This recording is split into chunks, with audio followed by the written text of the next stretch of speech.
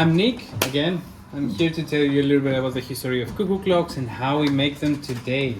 Okay, first of all,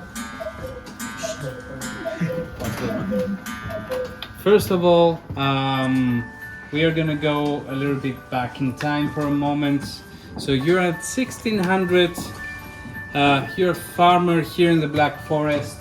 It's winter outside, you have 2-3 meters snow. So what to do? Make a cuckoo clock. Exactly. Make clocks and children's. So this was the two things that they had the chance to do, the gentlemen back then, in order, well, making clocks basically, in order to make some income during the winter, okay, in order to survive. So this was the very first kind of clock that they make here in the Black Forest. 1640 was the year they make it. So as you can see, it's entirely made out of wood. Also the mechanism inside, the balance on the top to adjust the speed of time. One single hand just for the hours. So they had to guess a little bit what time is it. Okay, a stone as a weight, and they had to wind it up like this twice per day. Alright, so this was the very first generation of the Black Forest clocks. 50 years later, someone came up with the idea to make it a little bit nicer, so they put a face on the clock, they painted it nicely. That must be a woman, you know, better taste. So, put a second hand for the minutes to be more accurate, right? And there you are, you have the second generation of the Black Forest clocks, the shield clocks. Now the shield clocks, that was coming in many different variations, many different colors, as you can imagine. So, and sometimes we had also some special editions like this one here. Let's see what's going on to this poor man. He didn't work hard enough, so his mother-in-law came by and showed him the way. That's why we call this the mother-in-law clock. Now, 1900 was a year who they built a train station here in the Black Forest, and the train arrived for the first time. All right, so the engineer saw the whole tradition here with the clocks, and he wanted a clock for his train station. So what he did, he ordered a competition for all the clockmakers of the area to make him the best clock for his train station. So this is the winning clock. As you can see, the track of the train as a decoration, and the wine leaves, which was also typical decoration for the time, right? Last but not least, the cuckoo bird. So since 1900 we have the well-known today cuckoo clocks as a train station clock. After this, people they start getting more exciting about carving. So today we have clocks like that one. So people that was working together in order to make one clock so they can sell it in a higher price and split the income during the winter so they can survive. So you had people making the top part, the other person was making the frame, the other person was doing the clock itself, the house, and so on. Similar to today. Let's come to now how it's made the clocks today. First of all, the wood. We call it basswood. You might also know it as lime wood. It's generally very soft wood. And if you leave it dry for at least 2 months, it's really easy to carve it. Now, when they start with a little house like this. It's cut by machine and put it together by hand. All right. They have prepared already the frame to the front, so they put the first decoration on the front, this frame here. And then comes the top part on the top, and there you are. You have your little cuckoo house, okay?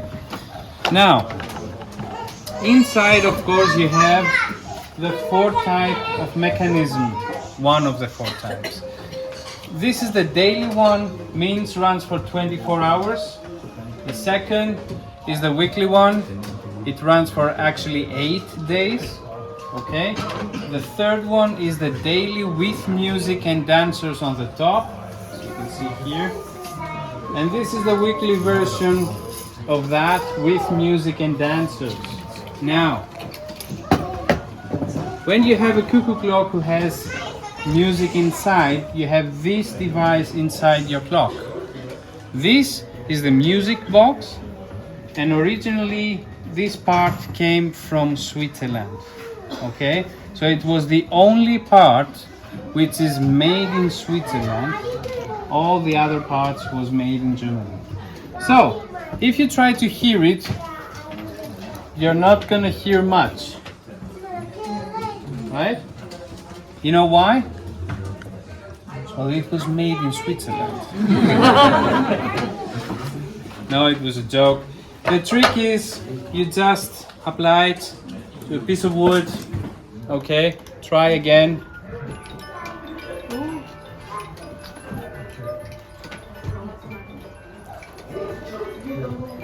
You can hear the difference, right?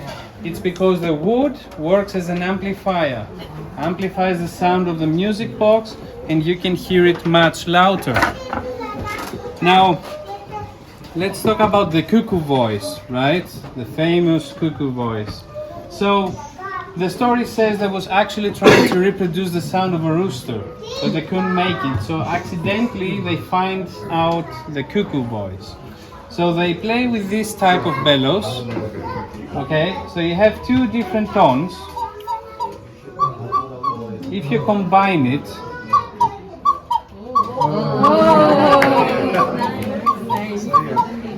all right. So for these people who they don't want to buy a cuckoo clock, they can buy a pair of these, and every 2 hours. Just a joke. So, very, very important to remember. The weights. Small weights are for daily mechanisms. Okay? So small weights is for the daily clocks. The bigger weights, like these ones, they're for the weekly ones. Okay? So, when you're going to wind your clock, you're gonna pull the chain. You always go for the chain, nice and slow, until the weight reaches the top. Okay?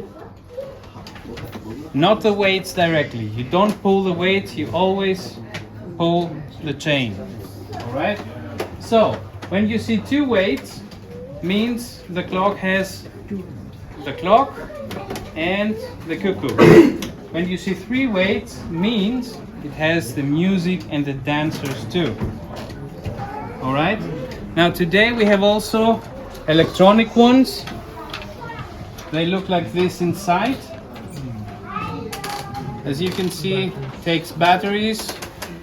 You have a control panel on the side usually. Alright? And you have 12, those who they have music. There is some with music, some without music. Those who they have music, they have 12 different melodies. So 1 for each hour. So every hour you hear a different melody. All of them, they have light sensor. Means as soon your room goes dark, it stops automatically doing any cuckoo or playing any music. Alright? So it's very practical, and of course you don't need to wind it up because the batteries do the work for you. So, alright. Thank you very much for your attention. Take care.